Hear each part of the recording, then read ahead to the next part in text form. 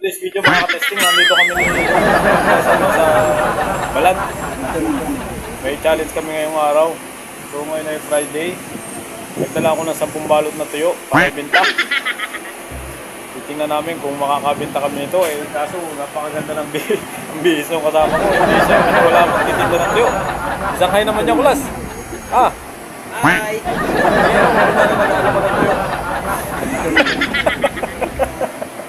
Kabayan, gusto nyo tuyo kabayan? First time namin 3 days pa, simula sa pagkaakon sa init. Kaya first time namin magdala ng tuyo dito. Subukan namin kung may mabili ng mga kabayan. So yung mga napapagtanungan namin, may nabili na, meron pa.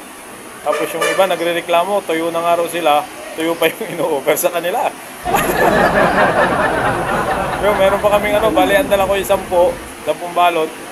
May natitira pa akong 7, 3 pa lang yung naibenta. So naman yun, walang problema kung hindi mabenta. Bali tinetesting lang namin kung may bibili ng tuyo namin na napakasarap. Yun! Update ko kayo mamaya kung anong mangyayari doon sa challenge namin ni Kulas.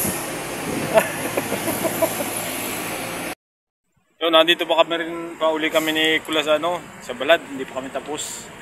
Bali nakakapito pa lang kami ng binta. Ay 10 yung dala, kaya meron pa kaming konting oras. Bali nagsala kanina kaya medyo nawalan kami ng customer.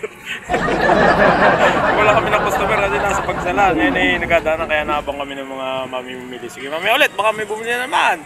Dilim. Kulas. Pauwi na kami ni Kulas. Yung aming binta tuyo challenge, nakaano kami 9 out of 10. So hindi na masama. Nakabinta kami ng siyam. Hindi na kami nagalok nitong kasi gabi na. Tsaka marami na masyadong tao. Tama na yun. Sinubukan lang namin kung makakabinta kami. Yun, maraming salamat at hanggang sa muli mga katesting. Yun, mga katesting, sinuwerte pa yung last na tuyo natin. Kabinta pa, meron ako nakitang 2 Pilipino doon. Inalo ko.